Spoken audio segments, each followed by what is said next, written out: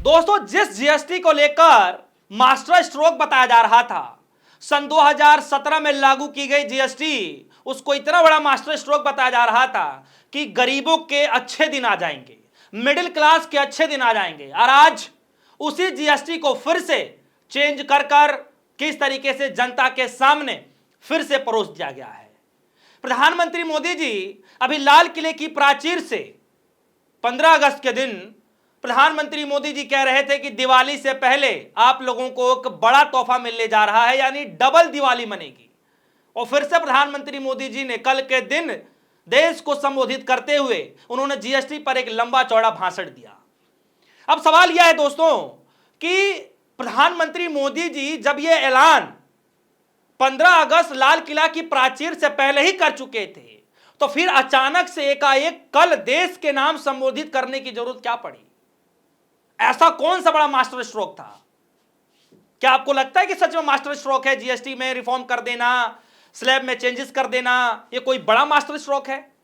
यानी पहले जनता को 7-8 साल तक एकदम चूस लो, हर तरीके से परेशान कर दो, चाहे मध्यम वर्ग लोग हों, चाहे मिडिल क्लास के लोग हों, चाहे गरीब तबके के लोग हों, मतलब हर वर्ग के लोगों को आप परेशान कर दें 7-8 साल तक, तब आप उसको मास्टर स्ट्रोक बता रहे थे। और आज जब स्लैब्स में आप चेंज कर रहे हैं, स्लैब में आपने चेंज कर दिए, जीएसटी को आपने चेंज कर दिया, परिवर्तन ला दिया, तो आप उसको आप बजट वाला बता रहे हैं। और आप ताजुब सी बात है कि प्रधानमंत्री मोदी जी जिस जीएसटी को लेकर के लगातार डींगे हाँका करते थे, इतनी बड़ी वाहवाही लूटी जाती थी, आज उसी जीएसटी को ऐसे कोस रहे थे जैसे मानो विपक्षी पार्टियों ने उसको लागू करवा दिया है। ऐसे कोस रहे थे पुराने जीएसटी को, मतलब लागू कराने वाले भी खुद ही हैं, उसको चेंजेस कराने वाले भी खुद ही हैं। जब लागू कराए तो मास्टर स्ट्रोक, आज चेंजेस कर रहे हैं तो मास्टर स्ट्रोक। मुझे समझ में ही नहीं आ रहा कि करना क्या चाहते हैं।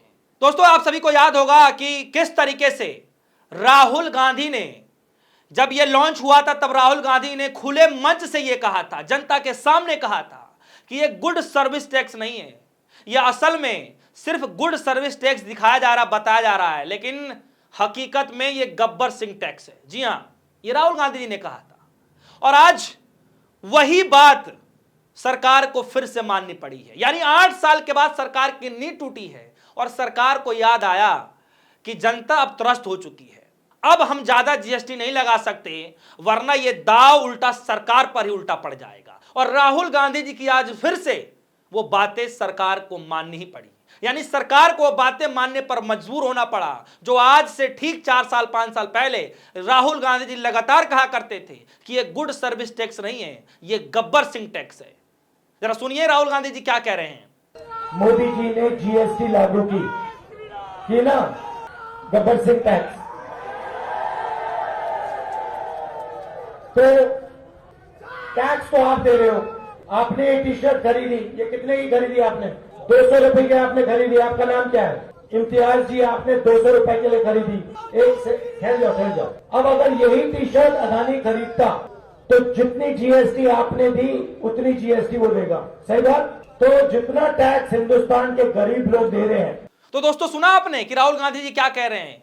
वो ये कह रहे हैं, आम जनता से ये बातचीत कर रहे हैं कि भैया आपने टी शर्ट कभी खरीदा, जो आप टैक्स दे रहे हैं उतना ही टैक्स आज देश के बड़े बड़े उद्योगपति भी उतना ही टैक्स देंगे।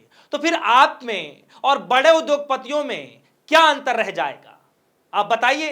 और आपको यह समझना पड़ेगा कि भले ही टैक्स सबके लिए एक समान हो, लेकिन इसका सबसे बड़ा नुकसान जनता को किस कदर पड़ता है, यह मुझे बताने की जरूरत नहीं है। दोस्तों, किस तरीके से आज से ठीक 12 घंटे पहले, जब तक यह प्रधानमंत्री मोदी जी ने भाषण नहीं दिया था जीएसटी को लेकर के, दूध, दही, मक्खन, कॉपी, किताब, पेन, कलम, पेंसिल, हर चीज पे जीएसटी।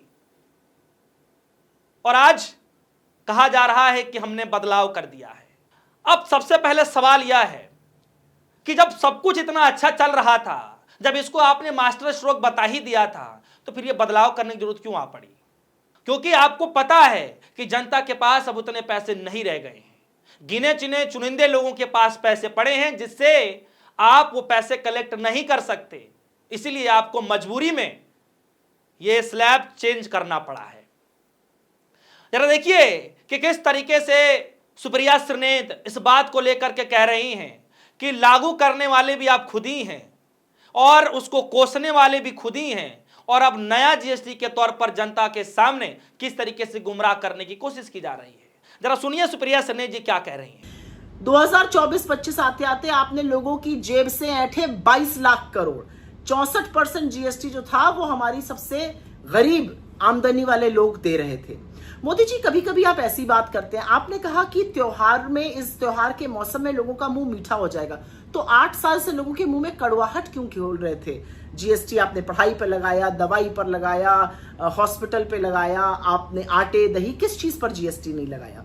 खैर, आपने अंततोगत्वा किया वही जो राहुल जी ने कहा था कि 18% स्टैंडर्ड रेट से ऊपर कोई रेट नहीं होना चाहिए। किया आपने वही जो राहुल जी ने कहा था। लेकिन एक बात बड़ी बेमानी लगती है, और बेमानी इसलिए क्योंकि जब आप मुख्यमंत्री थे तो आप जीएसटी का विरोध करते थे, आज आप जीएसटी के गुण समझा रहे हैं, ऐसा क्यों? खैर, ये तो आप ही जानते हैं। आपने स्वदेशी की बात करी।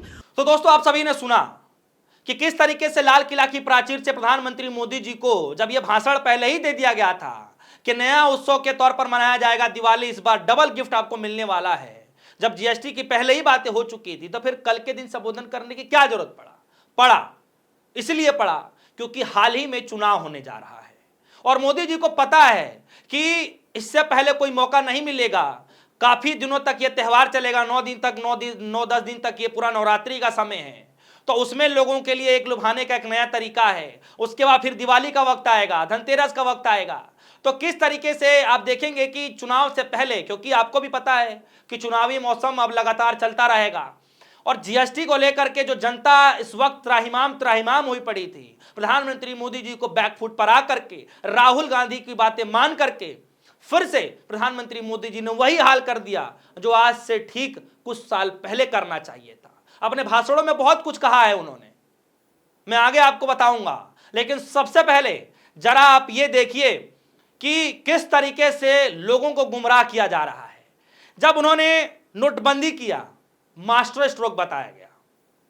जब उन्होंने जीएसटी लॉन्च किया, मास्टर स्ट्रोक बताया गया। और भी इस तरीके से लगातार जब भी वो काम करते रहे हैं उसको मास्टर स्ट्रोक ही बता दिया जाता है।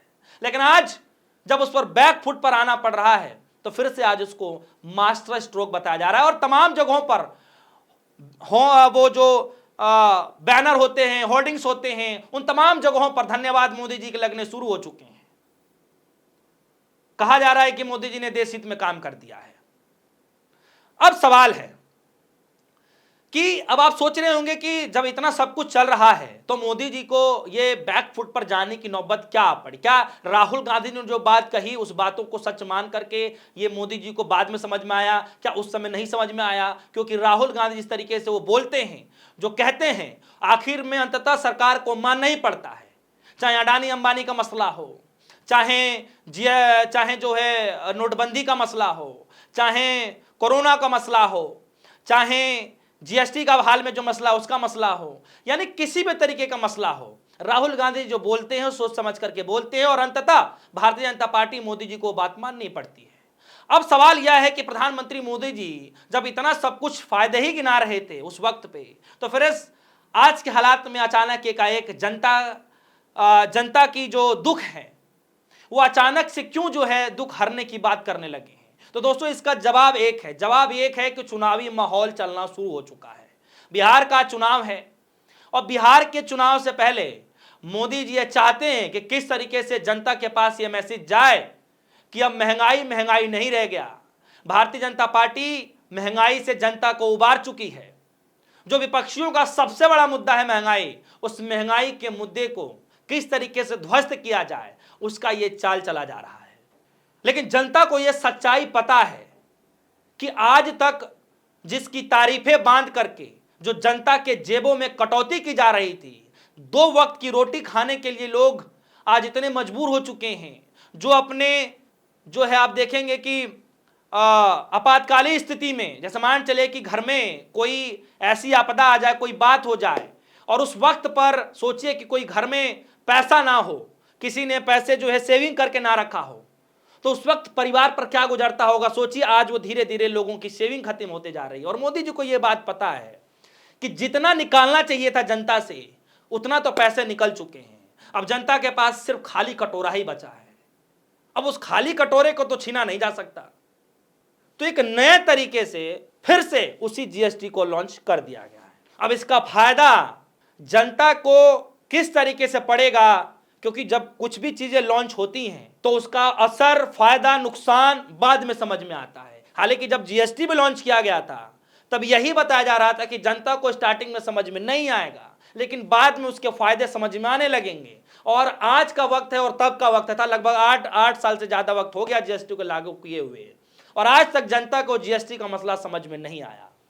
और आज मोदी जी उसको बचत उत्सव के नाम पर मनाने क्यों कह रहे हैं कि मनाइए, बचत उत्सव है। तो दोस्तों कई सारे सवाल उठ खड़े हो रहे हैं। प्रधानमंत्री मोदी जी को बैकफुट पर क्यों आना पड़ा है, उसका रीजन क्या है? क्या राहुल गांधी जी ने जो गब्बर सिंह टैक्स वाला बयान दिया था, जिसको पहले ही तलाक कर दिया था, और उस वक्त अगर ये बैकफुट पर आते तो उनकी किरकिरी हो जाती, फजियत हो जाती कि राहुल गांधी के सवालों से प्रधानमंत्री मोदी जी को बैकफुट पर आना पड़ा है। और आज जब इतने साल हो गए, बात वही माननी पड़ी, लेकिन काफी हालात के बाद जब जनता के पैसे चूस लिए जाते हैं। दोस्तों क्या लगता है कि वाकई में कोई मास्टर स्ट्रोक है? प्रधानमंत्री मोदी जी जो 15 अगस्त को लाल किले की प्राचीर से जीएसटी को लेकर के जो उन्होंने ऐलान कर ही दिया था, तो अचानक एकाएक देश के नाम 19 मिनट का संबोधन करने के लिए क्या जरूरत पड़ी? क्या लगता है कि प्रधानमंत्री मोदी जी चुनाव से पहले फिर इस मौके को भुनाना चाहते हैं, जनता को यह मैसेज पहुंचाना चाहते हैं कि अब महंगाई जैसा शब्द भारत से खत्म हो चुका है, महंगाई अब दूर दूर तक ढूंढने से भी नहीं मिलेगा? शायद प्रधानमंत्री मोदी जी यही सोच करके कल देश को संबोधित कर रहे थे। तो दोस्तों आप सभी के मन में क्या कुछ है? इस वीडियो को जो भी कोई सुन रहा है, चाहे मध्यम वर्ग के लोग हों, चाहे हायर क्लास के लोग हों, चाहे लोअर क्लास के लोग हों, हर वर्ग के लोग इस वीडियो को सुन रहे होंगे। मैं आशा करता हूं कि आप अपनी राय इस नए जीएसटी वाले जो जिसमें रिफॉर्म किया गया है उसके बाद कितना प्रभाव आपके दिनचर्या पर पड़ने जा रहा है। मोदी जी तो कह रहे हैं कि 90% जो डेली रोजमर्रा की जो चीजें काम में आने वाली हैं उस पर कटौती कर दी गई है। तो दोस्तों आप अपनी राय इस वीडियो कमेंट सेक्शन में जरूर बताइएगा, और क्या लगता है कि प्रधानमंत्री मोदी जी को बैकफुट पर आने के लिए क्या वो चीज है जो मोदी जी को आज मजबूर कर दिया है, और कैसे प्रधानमंत्री मोदी जी एक वक्त था जब इसकी वाहवाही किया करते थे, जीएसटी को लेकर के तमाम नेता वाहवाही किया करते थे, और आज प्रधानमंत्री मोदी जी को उसी जीएसटी पर खरी खोटी सुनानी पड़ रही है और नए तरीके से नए स्लैब लागू कर दिए गए हैं। आपके मन में कोई सवाल हो वीडियो कमेंट सेक्शन में अपनी राय जरूर रखिएगा। फिलहाल के लिए दीजिए इजाजत, देखते रहिए। धन्यवाद।